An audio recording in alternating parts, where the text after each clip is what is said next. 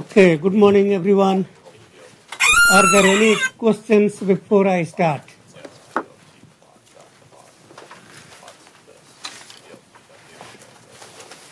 Questions of, yeah, go ahead. All right, did you increase the scores for the midterm? Or? Did I? Yeah, I think what we did, we increased everybody's score by 10 points in the Moodle site. So that's, as I explained to you, that probably doesn't change where you are in the class, but it psychologically makes you feel a little better. But that's, yes. So, the first problem in the homework, Yeah. part of the first problem, is there any way that you can generalize the result? Okay, so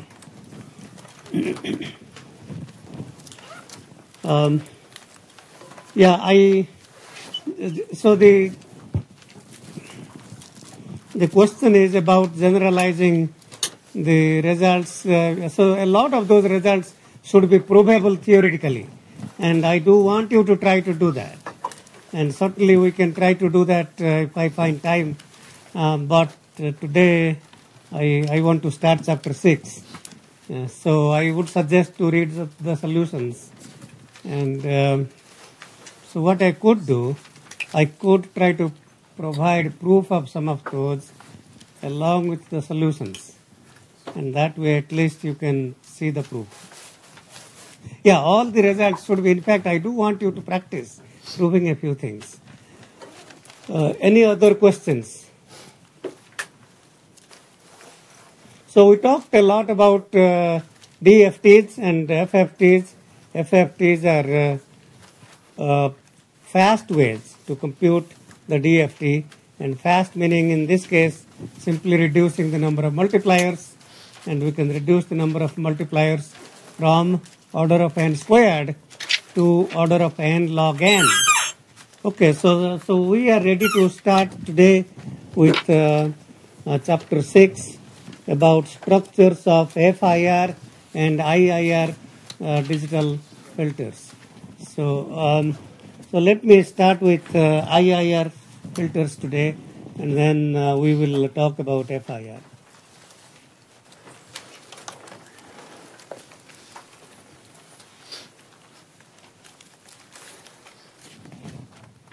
Okay, so let's say that we want to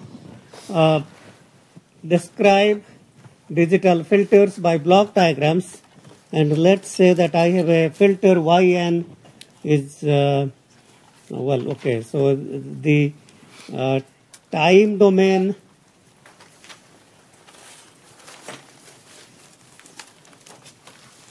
difference equation. So those of you who are wondering where we are, I am beginning chapter 6. We wrapped up chapter 8 and parts of chapter 9, and we are going back to chapter 6. And then I'll get to chapter 7 and then finally get back to chapter 4. Okay, so if I have an all pole, so let's start with a simple example, so-called all pole filter. That means this is an IIR filter with no zeros. Well, the numerator is 1. So so if I start with a transfer function h of z, which is 1 over 1 minus a1 z to power minus 1, a2 z to power minus 2 minus a3 z to power minus 3. Okay, so let's take a three-pole digital filter. So this is a third order IIR filter, also called all pole because there are no zeros. Numerator is 1 or some constant k. So if you write this as y over x and then cross multiply this term, so this times that is equal to x of z, and then take the inverse z transform, we should get the time domain difference equation. So yn minus a1 yn minus 1 minus a2 yn minus 2 minus a3 yn minus 3 is equal to xn. and then you bring all these minus A1 minus A2 minus A3 to the right hand side, so they become plus. So now we have yn is equal to A1 yn minus 1 plus A2 yn minus 2 plus A3 yn minus 3 plus xn. So we are interested in describing this by block diagrams, and historically these block diagrams were implemented using discrete components. In 1960s, a simple so-called second order IIR filter was a big bulky thing, and that's such a tiny thing today. So what it suggests is, if I'm computing yn, which is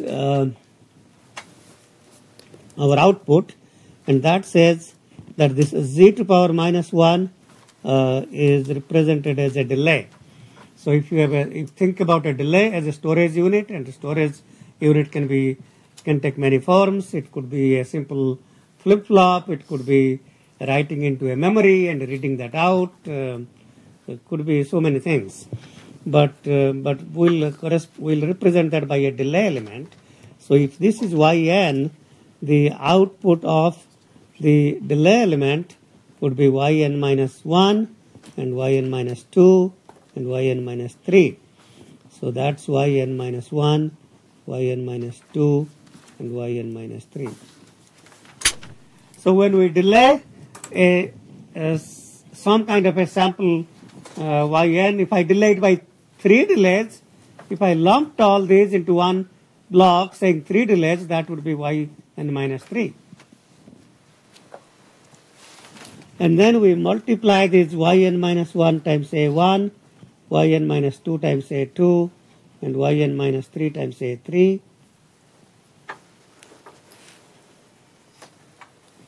And we add these and add this to the input xn, and that is equal to yn by this time domain difference equation. Okay, so that's an example of how to draw block diagrams from the time domain difference equation. So if you are given a transfer function, you could get a time domain difference equation, and then if you have a time domain difference equation, then you can convert that to a block diagram. Okay. So our goal really is a twofold. One, of course, we want to understand how to draw block diagrams. But the second goal is, given these block diagrams, how do you compute the transfer functions? So that's also something we are interested in.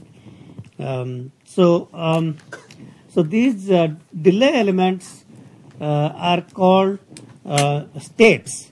So if you think about the delay elements, each delay element is a state.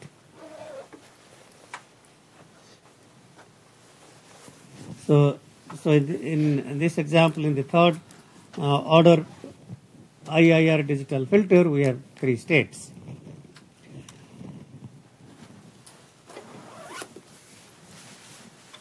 Okay, so how many of you have come across a state space representation more likely in a control class? Good number of you, that's good. So because these are 3 states, we could then describe them by a state space representation using 3 states, and in unlike the continuous time system where we describe the state space representation using derivatives, we will be describing by their difference representations. So in fact, that might be a good thing to do. So maybe let's just try to see how we can describe these by a state space representation. So as I have described, these are called states. So let's call these states here as let's name them as instead of calling them yn minus 1 and yn minus 2 and etc. Let's call this state as W1, and this is W2, and this is W3. So these are the 3 state variables, W1, W2, W3. So I can write down the so by the way, if I say that this output of this flip-flop is W1N, then its input will be W1N plus 1. Okay, so W2N plus 1 is equal to W1N. So think about the input as the next state, and the output of the flip-flop as current state. So current state W1N is the same as the next state for W2. So if this is W2N, and then that same as W1N will be same as W2N plus 1. W2N will be same as the next state W3N plus 1. Okay, so W3N plus 1 will be W2N, and W1N plus 1, which is the input of this so-called state 1. So we are saying this corresponds to state 1, this is state 2, and state 3. Okay, so that would be equal to A1 times W1N plus A2 times W2N plus A3 times W3N plus input Xn. Does it equal Yn? Yeah, so that's I'm going to write that Yn as another equation here. So the first part of the equation is written as the state at time n plus 1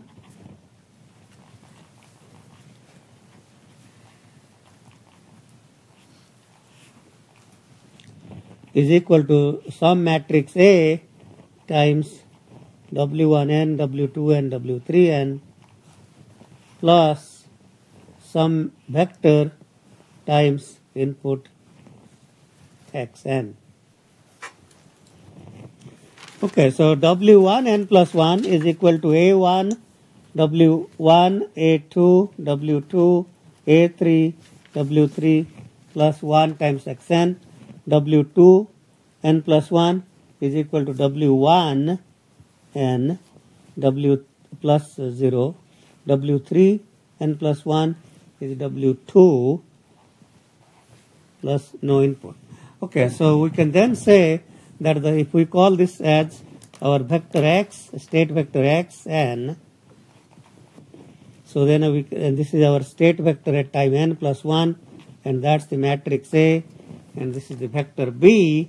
So we can say that xn plus 1, well, I don't have to write another equation, xn plus 1 is equal to A times xn plus B. I shouldn't be using x again because of this input. So maybe we will call the input u.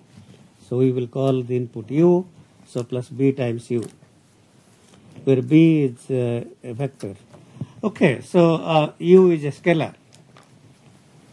So that's a state space, and the output yn, so y is equal to, so the general form of y in this example will be y is same as, so the output y is same as W1n plus 1. Okay, so W1n plus 1, so I can write that as, so I want to write that as in terms of the state variables. So y is A1 W1 plus A2 W2 plus A3 W3 plus 1 times xn or un. And this particular quantity here is called a C transpose, and this 1 is called an element D. Okay, so that's basically what the state space representation is. So at any time index n, we define the state xn as these variables. So if there are 300 flip-flops in the block diagram, there would be 300 states. And the state vector x would be a vector containing 300 variables. Okay, so the first equation says the state variable at time n plus 1, xn plus 1, is described by the matrix A times the current state x plus some vector b times the input u. Output equation y is some row vector C transpose. Anytime we have transpose that describes a row vector times the current state x C transpose xn plus d times un. So d is a scalar. Output y is a scalar. So in general, if there are n states, so this would be of dimension n by 1, this would be n by n, this would be n by 1, this would be n by 1, input is 1, that's a scalar, this would be 1 by n, n by 1, and those are scalars. Okay, so d is a scalar. So that's called a state space representation, and anytime we have states, we can describe them by these state space representations. And you can compute the eigenvalues, and if you compute the eigenvalues of A, that will be, what will those eigenvalues represent? If you compute the eigenvalues of the matrix A, what would that represent? Those would represent the poles. In this case, we will get 3 poles, and those 3 poles will be the roots of this third order polynomial. So you will, if you set these 3, if you set the denominator to 0 and compute the 3 poles, those will correspond to the 3 eigenvalues of the matrix A. Okay. And those of you who have taken some class on controls might be able to relate that easily, but I think it is important to talk about these kinds of things. Okay, any questions? Okay, so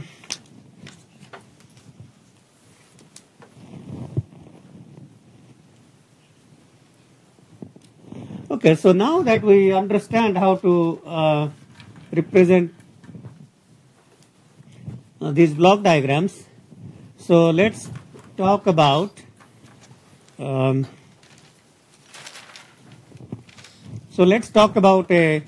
general IIR filter. So if I have a filter H of Z, which is given by B0 plus B1 Z to power minus 1 plus B2 Z to power minus 2 divided by 1 minus A1 Z to power minus 1 minus A2 Z to power minus 2 minus A3 Z to power minus 3. So this, this has 2 zeros. The numerator is of degree 2 and the denominator is of degree 3. So if I write that as the numerator by the denominator, okay, so the numerator is an FIR filter. So that the numerator is simply an FIR filter. The 1 over D corresponds to an IIR filter.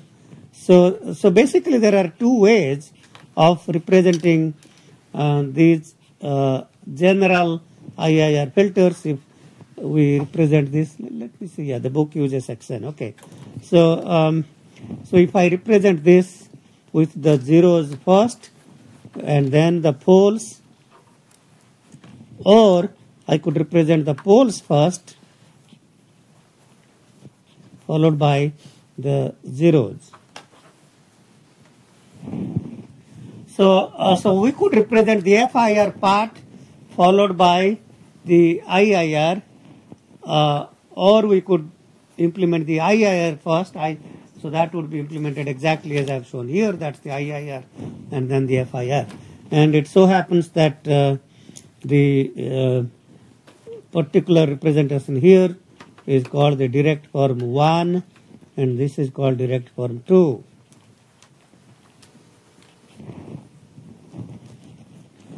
So let's see how we can implement direct form 1, and then we will talk about how to implement direct form 2.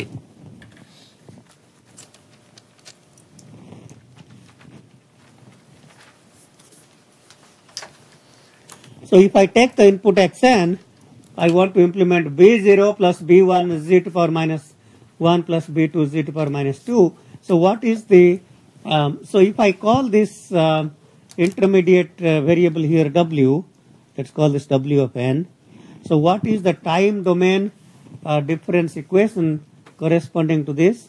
So basically wz is equal to xz times nz, which is this quantity. So I can then say wn is equal to b0 xn plus b1 xn minus 1 plus b2 xn minus 2. So this whole thing multiplied by xz and the inverse z transform, that's wn b0 xn plus b1 xn minus 1 plus b2 xn minus 2. So if I try to implement that equation first in the direct form 1 representation, so this is our xn, and then we delay that to get xn minus 1, and we delay that to get xn minus 2, and then we multiply these quantities by b0, b1 and b2,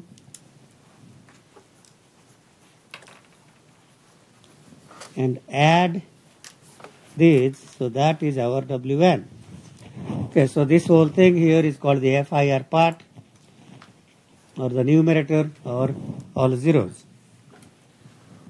So now I want to place what we already completed, which is the part that has transfer function 1 over 1 minus a1 z to power minus 1, etc. So that's our denominator. So that's 1 over d. 1 over d is 1 over this quantity, and we already saw how to do that. So if I just substitute this block at the output y, so that's our output y, and then we get yn minus 1, yn minus 2, and yn minus 3, and multiply these by a1, a2, a3.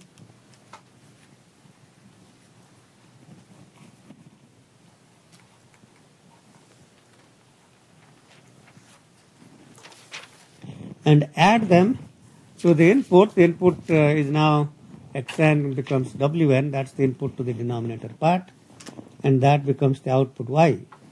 Okay, so that's kind of, that is indeed called the direct form representation of IIR digital filters.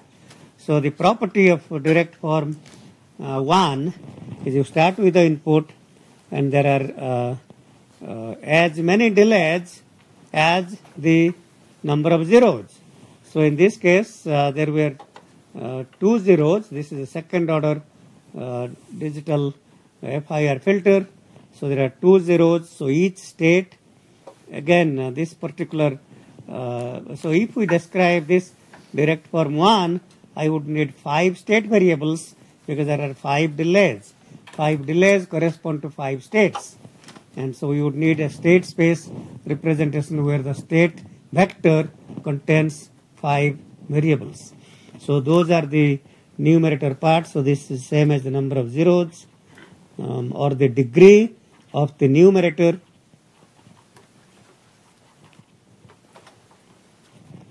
And then these number of delays will be same as the degree of the denominator or the number of poles.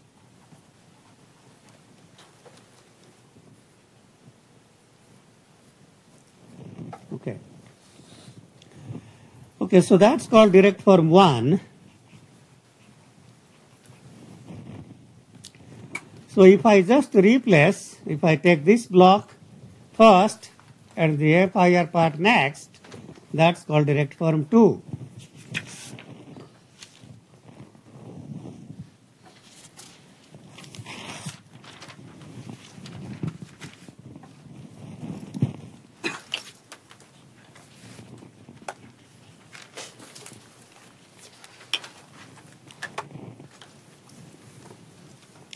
So in direct form 2, we compute we can call still the intermediate variable w, but we compute the denominator first. So if I take the denominator part here and implement that first, so that intermediate variable wn that's being computed. So let's call this one wn.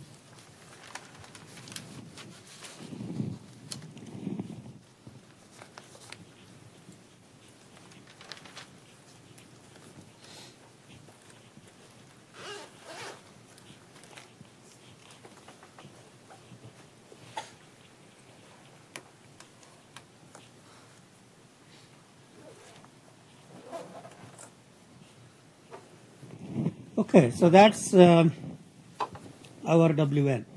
So in this case, we have the IIR part first. So we have computed, essentially, we have computed wn such that wz by xz is 1 over 1 minus a1, a2, a3, a1 z to the power minus 1 minus a2 z to the power minus 2 minus a3 z to the power minus 3. Okay.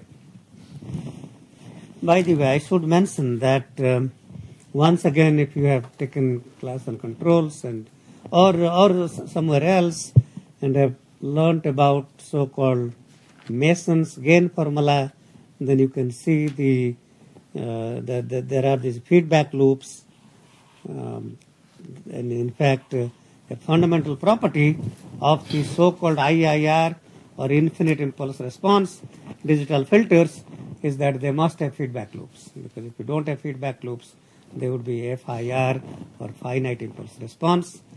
So if you have taken Mason's gain formula, you will quickly see that this one is the forward path.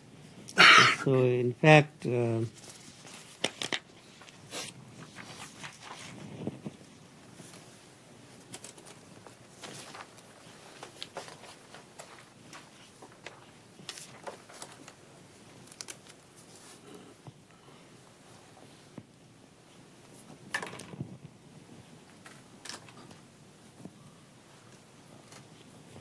so y by x, so if you are using control systems, this would be ys by xs in Laplace domain, and we would have, instead of the delays, we would have the derivatives.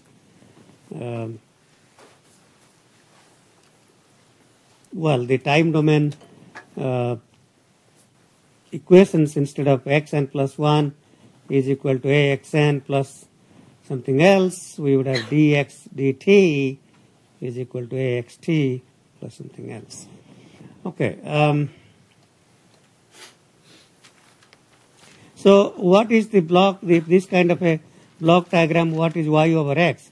So the numerator is the forward path from input to output, that is a, and the denominator is 1 minus the loop gain, and if you go around the loop, the gain of that loop is a times b, and that's well, that's kind of that's the simplest form of Mason's gain formula.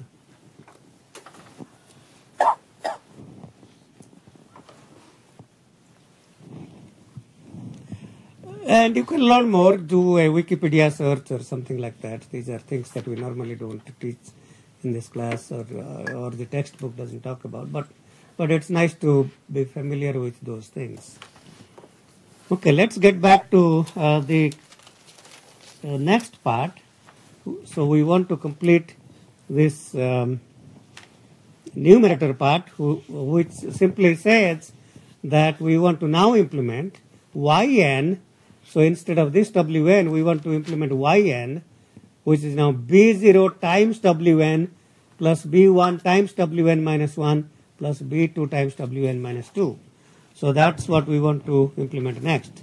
So yn is equal to b0 wn plus b1 wn minus 1 plus b2 wn minus 2. Now, here is the thing. So because this is Wn that has already been delayed a number of times, so this is Wn minus 1 and this is Wn minus 2. So we could simply multiply these by B0, B1 and B2 and add them up to get the output Y.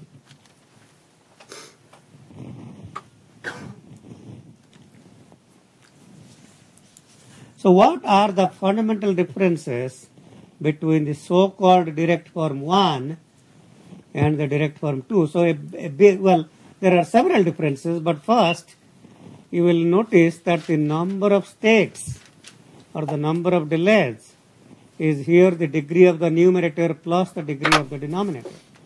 And usually we will assume that the degree of the numerator is less than the degree of the denominator. We will assume that this degree is less than that degree, and if it is not, then you can do a long division. You can do a long division and take one term out, and you can write that some constant k plus like that if the degrees were same. And in fact, if the numerator degree was in fact longer, you would still do a long division and take as many terms outside. So, so the number of states in the so-called direct form 1 is the degree of the numerator plus the degree of the denominator, which is 5 in this case. Now in this example, we do not need 5 state variables, but only 3. So the number of delay elements or the number of states is only determined by if I assume the numerator degree is strictly less than the denominator, simply determined by the number of poles or the degree of the denominator. And of course, by definition, these A coefficients are in the left side and the A coefficients in the direct form 1 are on the right side. The B's here are left and B's are on the right. So how did we get to this part? It so happens that if we take this part to the beginning, then these intermediate delays are reused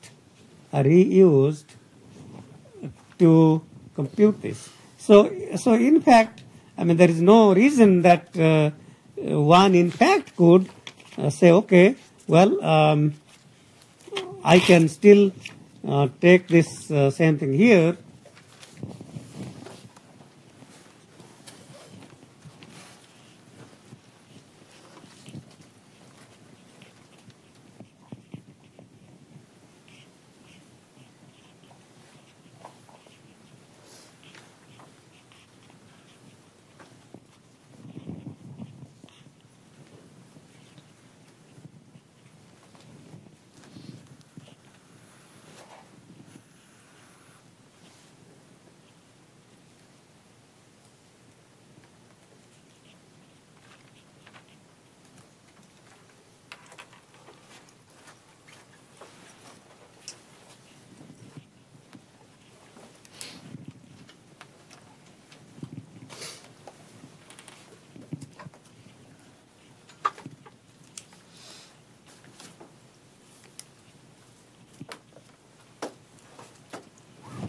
So I could, I mean, there is no reason I couldn't. There is certainly I could take this and I could represent the all pole first, and that is cascaded with, this is called a cascade, and as we defined the original cascade, which is direct form 2, so this is a cascaded representation of the all pole followed by the numerator or the FIR, and we could certainly do that, but the advantage of direct form 2 is that we do not need a separate set of delay elements here. Instead, we can reuse these delays to obtain Wn minus 1. Because we are still getting, if this is Wn, I have Wn minus 1 here, and I am bringing that at the output here. This is Wn minus 2, this is Wn minus 2.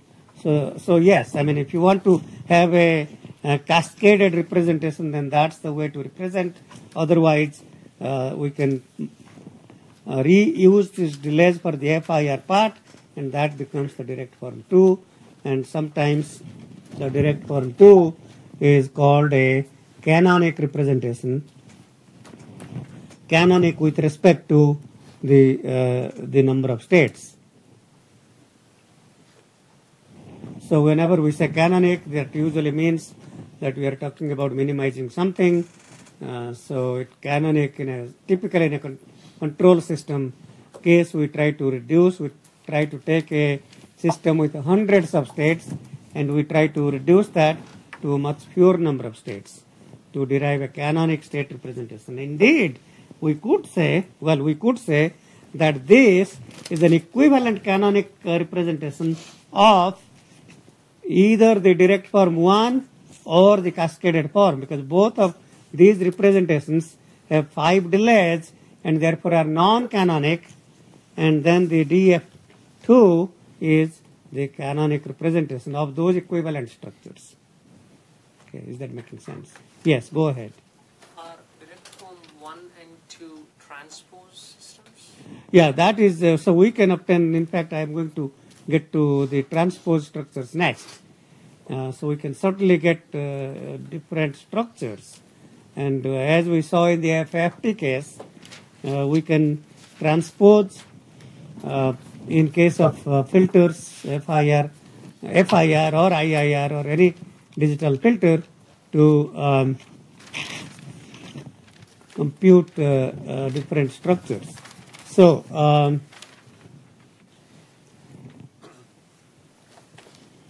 so the very basic idea of deriving new structures by transpose form, and if we have a single input, single output structure, this is a linear, time invariant, single input, single output, SISO. So that basically says you can transpose these structures by reversing directions of all edges, exchanging input and output. So wherever that there was the input blocks now become output blocks, and the output blocks become input blocks, and the summing nodes become fan out nodes, and vice versa, the fan out nodes become summing nodes. So that's essentially what is transpose operation. So if we transpose, so the whole transposition theorem states that in a single input, single output system, if I transpose a structure, the transfer function remains the same. Okay, and that's true for a single input, single output. For multi-input, multi-output, as we saw in the FFT example, if this is some multiple input x and this is output y, and y is some vector A, some matrix A times x, and if it so happens that A is equal to A transpose, then I can transpose a multiple input, multiple output structure as well, and that's the transposition theorem for multi-input, multi-output case. And in the case of FFT, the FFT matrix is a symmetric matrix, therefore we can transpose the FFT, and if we transpose the decimation in time structure, we get decimation in frequency structure. And in the case of FIR and IIR digital filters that are single input, single output, we can get new structures by transposing those structures. Okay. So what do those structures look like? So if I, let's start with the simple example that we started in the very beginning.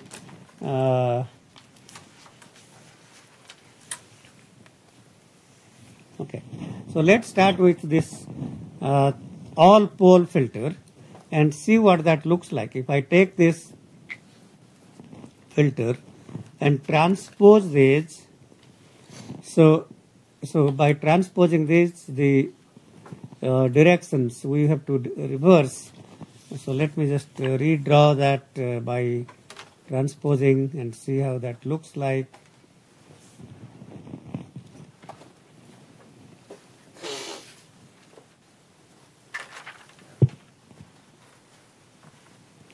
So the output became input, so that's x, so that's xn. The fan out node became a summing node, and the direction going down became direction going up. So in fact these delays are direction going up. Okay, so all these delays that were the directions were going down, the multiplications going to the right. Oh, this becomes a fan out node, so that's a fan out node, and these directions going down, going up become going down, and the add nodes become the summing nodes, become fan out nodes. So we have Can you slide it up, please? okay. So we have I should say that these fan out nodes also become summing nodes. So we have finally A3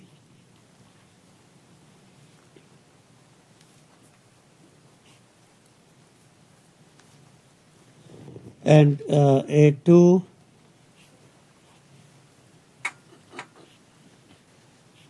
and A1, and that becomes output Y. Okay, so that's called the transpose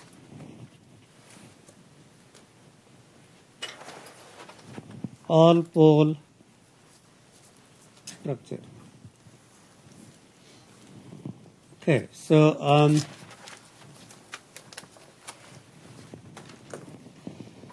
so if you look at the so-called feedback loops, so if I start here and go back, that's the inner loop, and then we have intermediate loop and the outer loop. So the inner loop, if you look at the multiplication A1, that starts here, goes and comes back, and the same thing here, so it starts here and then comes back. Okay, so that's so in fact it is a good exercise for you. By the way, all of the homework for next week is on these structures. So chapter 6, so the next homework is on all structures. So that's, and I should say the homework should be posted by later today. So before I forget, the homework has one interesting MATLAB example, somewhat thought-provoking, but interesting. So let me digress a bit, and maybe we'll come back to this. Let me tell you what I want you to do in the MATLAB exercise. So we have certain sound that's given to you. So let's call that xn. Then you compute the FFT of that. Okay, so you have a time domain signal. Let's say that's n point time domain signal, and then you compute n point FFT. And what I want you to do is retain, so compress. So you compress that in a way. So for example, retain 5% or 10% of the FFT coefficients. So if this was an MP3 sound or MP3 audio, so this, and I take, let's assume that I take 1 second of that. So you would have 44,100 samples, and you compute 44,100 coefficients of the FFT. Then if I ask you to retain 10%, so then you throw out. So a fundamental difference between discrete time Fourier transform. Typically, when we talk about x e to power j omega, usually we would talk about a spectrum like that, and usually we would. It is convenient to think about a period from minus pi to pi. When you think about the DFT, it is not convenient to think about a period as minus n by 2 to n by 2. It is not convenient because what we are computing in the DFT are from 0 to n minus 1. So it is, so do not try to think about the representation of the DFT in this kind of format, because that's not what the DFT is computing. The DFT is computing one period as if in the DTFT that would be from minus from 0 to twice pi. So if this is twice pi, then this is let's say like that.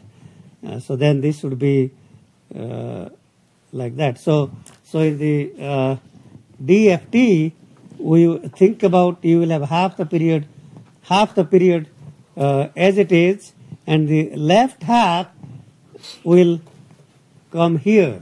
So and you will plot these DFT spectrums, and you will see what they look like, and you will see that you will have something like that. Okay, maybe there is nothing here. The content may be 0. So when I ask you to compute, so if this is n point, and if you have to keep say 10%, then you keep only n by 20 here and n by 20 here. So that would be 10% of the total number of samples. And then, so that's the first step, compress, and then you then expand, take the IFFT and listen to the sound. So, so the idea there, well, so once you have compressed the sound, then basically you listen to it by taking the IFFT. So whatever coefficient was here, they became 0, so we set them to be 0 now. So these are 0. So initially, let's say this was close to 0. Well, let's say it's not exactly 0, so close to 0. So when you compress, we force everything here to be 0. So you retain 10% of the coefficients, force these to be 0, and then take the IFFT and listen to the sound. And then keep changing this 10%, 5%, 4%, and see when the sound is no longer audible or understandable. So that's one part of your homework. The second part of your homework, which is more intriguing, well, this is probably interesting in itself, to explain to you how the whole idea of compression started. And it so happens that the so-called JPEG, Joint Pictures Experts Group, the JPEG 1 was the first standard to compress still images. And the JPEG standard didn't use FFTs, instead uses DCT, discrete cosine transform, for good reasons. Well, I mean, the FFT is using complex exponentials as basis functions. And complex exponentials increases the complexity to compute things. And if we use DCT, where the cosine theta, cosine 2 theta, 3 theta, etc., become the basis functions, then everything is real. We don't get into anything complex. There is no such thing called a complex representation. And then the DCT coefficients in same way are compressed, and then we compute the DCT of the images. You had a question. Did you raise your hand or no? No, in front of you. Okay. Okay, that's fine. So, so in any case, the JPEG doesn't use FFT, but the ideas are similar. So at least we can see how it's easy to compress. Well, we are not doing images now, and that would be a straightforward extension of compressing speech. But we can talk more about that as well.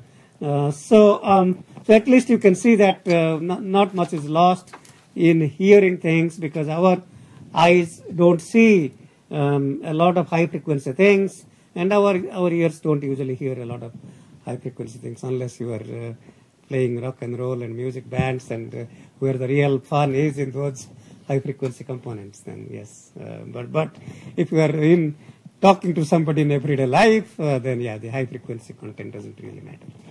Okay.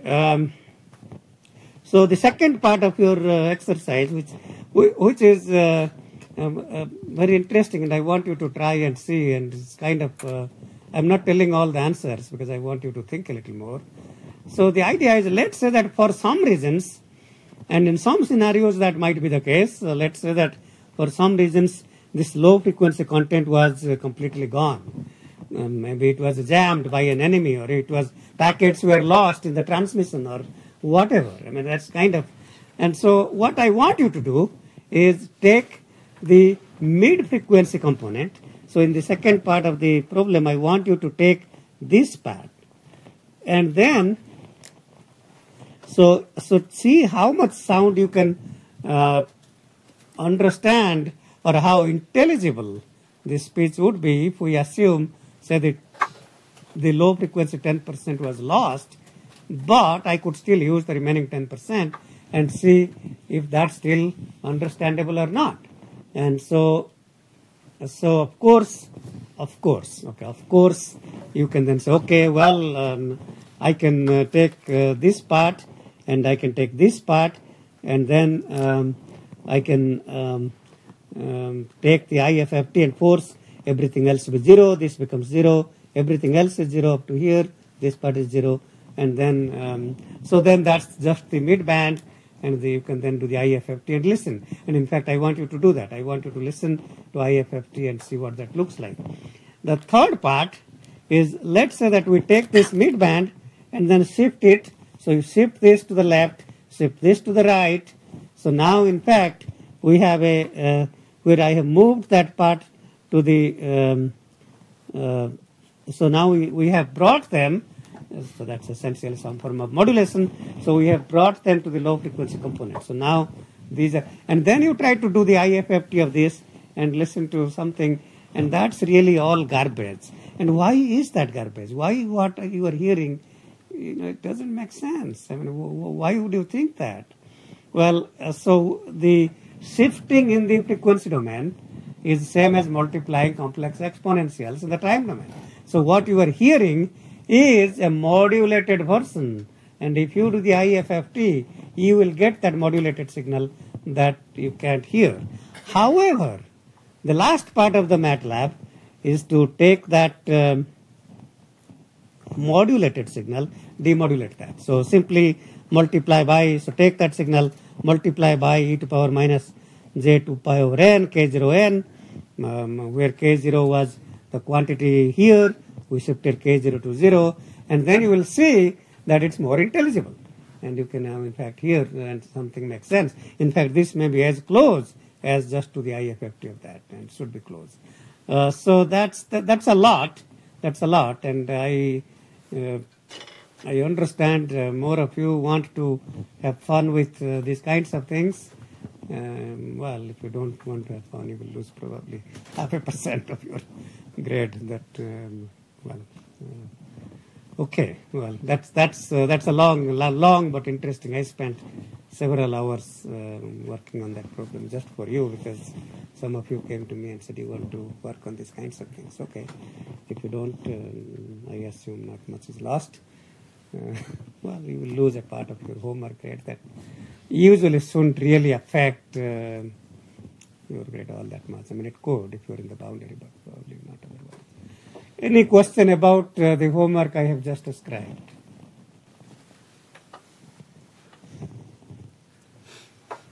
Okay, so let's get back to, I have digressed a bit, so let's get back to where I was. We were talking about the transpose form structures.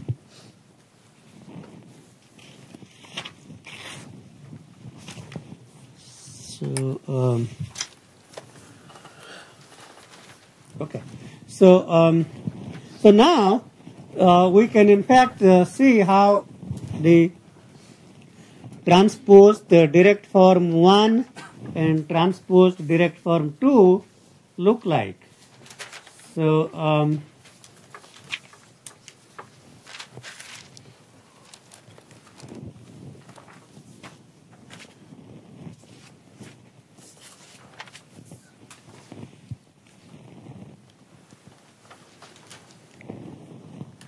So that's direct form 2. Okay. So what do you think this will look like if I just take the transpose? Maybe we can try to see if we can squeeze in some space here and see what that looks like.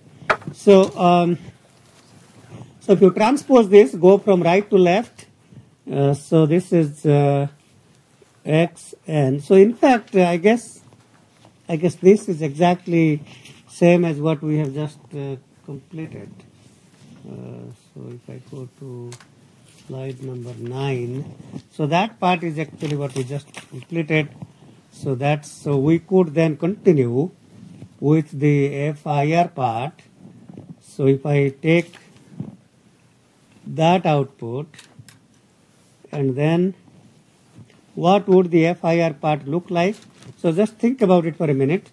So this comes here. That's our IIR part. Think of that as WN now, the intermediate output. And these signals were going up. Now they will go down. They will go down. This becomes a fan out node. So we are simply taking B0, B1, B2, and then these delays and computations going down now go up. So they go up, delays, add, fan out becomes adds, delay, add. So that's what the whole structure is.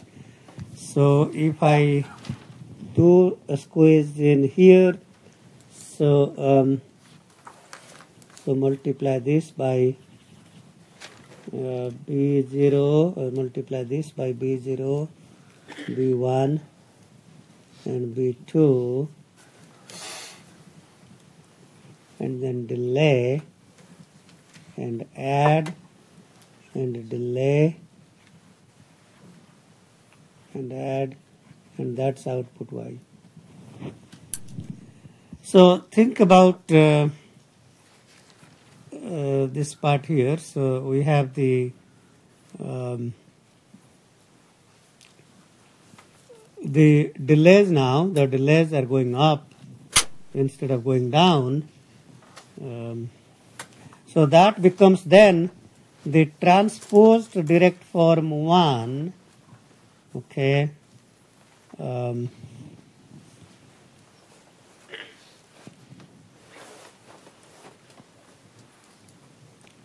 Okay, so that's transposed direct form 1. So, so if you look at the transfer function in the case of FIR, so we had X, so Wn was B0 times Xn, B1 times delayed, B1 times Xn minus 1, B2 times delayed, 2 delayed X, which is Xn minus 2. Now if you think about how we are implementing that, Yn is B0 times Wn plus B1 times Wn minus 1 plus B2 times Wn minus 2. So this is Wn, so this path is B0 times Wn. Now the path from the Wn to the output going through that path. So in the previous example we delayed first, then multiplied by B1. Here we are delaying right away. So B1 and then delaying that output through that path. And similarly B2 multiplied right away, and that goes through 2 delays to the output.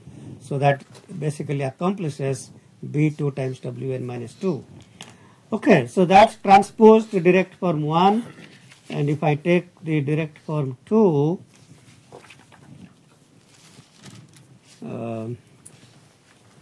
okay, so that's direct form 2. And if I transpose that, so same thing here, the what we just saw, take the input and go through these paths, these are fan out, multiply by B0, B1, B2, and these delays going up, these become add nodes, summing nodes. Okay, these fan out nodes become summing nodes, and the these now go this way. Instead of going to left, these go to the right, go to the right. This is the output, and these go down. So output goes down.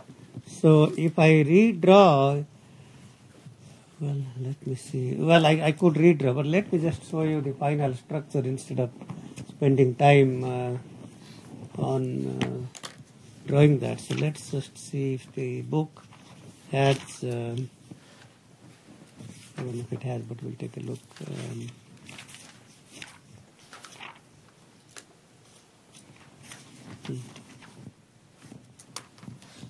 Okay, so so that's what is called the transposed direct form 2. So as I described, by the way, that's redrawn such that the input is on the left side, output is on the right side. So this comes and then fan out, multiply by B0, B1, B2, delay is going up, and then the output goes down and then adds them up. So that's the direct form, transposed direct form. Okay, so so there are all kinds of structures, and we have talked about a number of them. So let me briefly talk about the FIR filter structures, and we have already seen what the FIR filters are like. We have already talked about the numerator part, and in general we have seen the simple filter representation yn is equal to b0 xn plus b1 xn minus 1 plus b2 xn minus 2. Okay, let's just maybe take one more, b3 xn minus 3. Okay, so so this is input xn, and instead of going down, the delay is going down if I keep them straight. So b0 multiplied by xn, b1 multiplied by xn minus 1, b2 multiplied by xn minus 2, b3 multiplied by xn minus 3, and add these.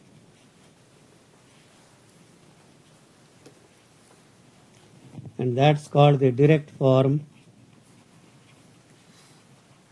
FIR. So that's called the direct form FIR filter representation. Okay.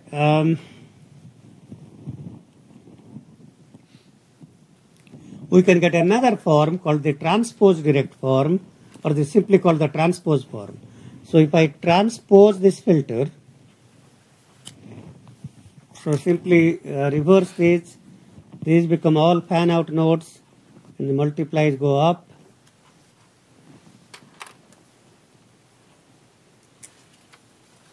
And these become fan out nodes, and these become fan out nodes. And then if I redraw that, so I start with xn, so that's our input xn, and going this way, redrawn going that, and then I multiply this by b3, so b3, b2, I'm redrawing what was on the right side comes to left, what was on left goes to right, just to make sure input is on the left side, output is on the right side. I have had significant difficulty trying to tell Chinese students to draw the input on the left side, output on the right side. I'm not sure why. Maybe they are used to drawing the diagrams from right to left. But that's how we draw block diagrams with the input on the left side, output on the right side, so you have to redraw. So now, so we have these B3, B2, B1, B0, and then this goes to delay and then adds. Delay, add, delay, add. So delay and add, delay and add, delay and add. Okay, so so now we can check if this is indeed implementing what we want to implement.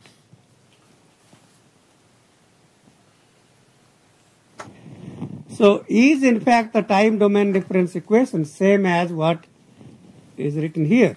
So if you look at x times b0 is this term here. If you take the x times b1, that goes through one delay, and that's why we get b1 times xn delayed by 1 delay, which is xn minus 1. If you take b2 times x, goes through 2 delays until it reaches output, that's how we get b2 xn minus 2. And x times b3 goes through 3 delays, and that's b3 times xn minus 3. So the main difference between the direct form and the transpose form, the signal input xn is delayed, and the inputs to the multipliers are the delayed inputs. Here the inputs to the multipliers are the original inputs, and the input is not delayed. The coefficients are ordered with B0 to B3. In this one they are reversed. The coefficients are in reverse order, B3 to B0. And these outputs are delayed and summed through the bottom path. Here the bottom path only had sums. So those are the three main differences in the direct form FIR and transpose form FIR. Any questions about that? Okay. So let's then talk about our favorite FIRs, which we have alluded to before, the so-called linear phase FIR. So it so happens, because the linear phase FIRs are symmetric or anti-symmetric, we can reduce the number of multiplications substantially by exploiting the symmetry. So if I have a type 1 filter, let's say yn is equal to a0 or b0, b0 xn plus b1 xn minus 1 plus b2 xn minus 2 plus b1 xn minus 3 plus b0 xn minus 4. So the unit sample response Hn is b0, b1, b2, b1, b0, and that's the symmetric odd length filter, which is type 1. So the coefficients Hn is equal to Hm minus n. So in this case, length is 5, L is 5, degree is 4, so Hn is equal to H4 minus n. So H0 is the same as H4, H1 is the same as H3. Okay.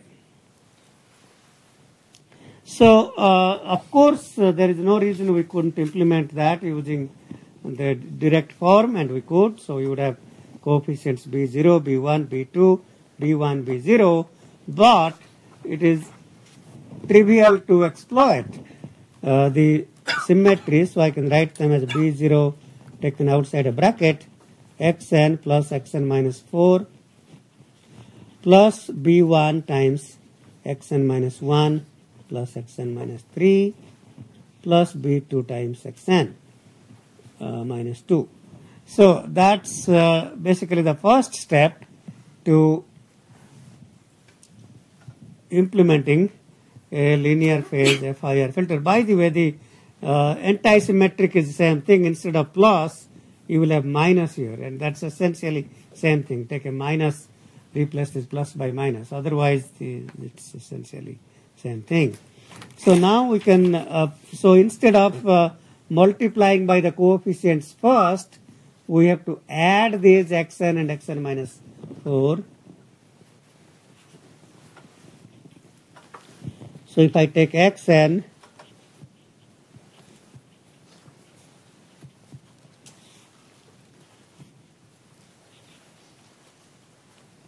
so I add xn to xn minus 4 and then multiply b0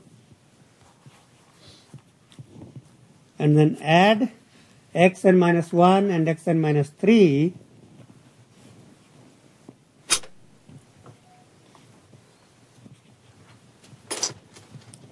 and then multiply by b1 and multiply xn minus 2 by b2 and then add them up, and that's our output yn. So as you can see that because of the symmetry, instead of requiring n multiplications, now we require m by 2 plus 1 in this case. M is 4, m by 2 is 2, and then one middle coefficient be 2. So that's m plus 1 multiplications instead of m plus 1 multiplications. So the number of multiplications is reduced from m plus 1 to m by 2 plus 1. And the antisymmetric is the same way.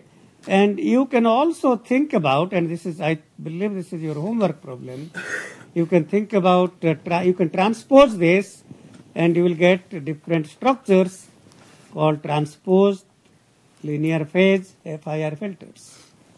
So those will be slightly different. This will be the input. The input will be fed into, instead of delaying the inputs and adding and feeding them to multipliers, the input will be fed into these 3 multipliers. Then these will become fan out nodes, and then these will be added to these delays, and that will be the final output. So that's called the transposed linear phase FIR filter structure. Any questions so far? Okay, so so I do believe that we have completed all the material today that you will need to do the next homework. So we have a couple of minutes, but I will stop here today. Read the book for more and the transpose structures. Next week, I will be gone to a conference Monday through Wednesday, and so will be the TA. So unfortunately, there will be no office hours next week. So, but fortunately, the material is not as difficult, so you may not need our help to do the homework. Okay, so those of you who want to come to class as usual, by all means do come on Tuesday and listen to my pre-taped lecture. You can listen to that on Tuesday. Those of you who don't want to come to the class on Tuesday next week, instead want to listen to the live recording of the class, you can come tomorrow from 2:30 to 3:45 in room 3125. So 2:30, let me write that down. Those of you who want to, and that's actually the same lecture will be taped tomorrow and Friday 2:30 to 3:45, room number 3125. So by all means you are welcome, and I don't see why you couldn't come, and you listen to the lecture a few days early, but I think some of you might have other things to do, so then you can come and listen to the class on Tuesday. Okay, if you gave me your midterm exams to regrade, you got a few extra points. Those exams are here. You can pick them up. I have handed out your graded last homework. The graded homework before the midterm exam is still in front of my office. If you need them, please do collect them out of the box in front of 6181, my office.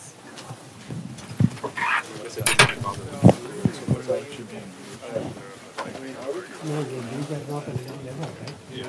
Review lectures I told you how to do it. So they will be after 10 minutes.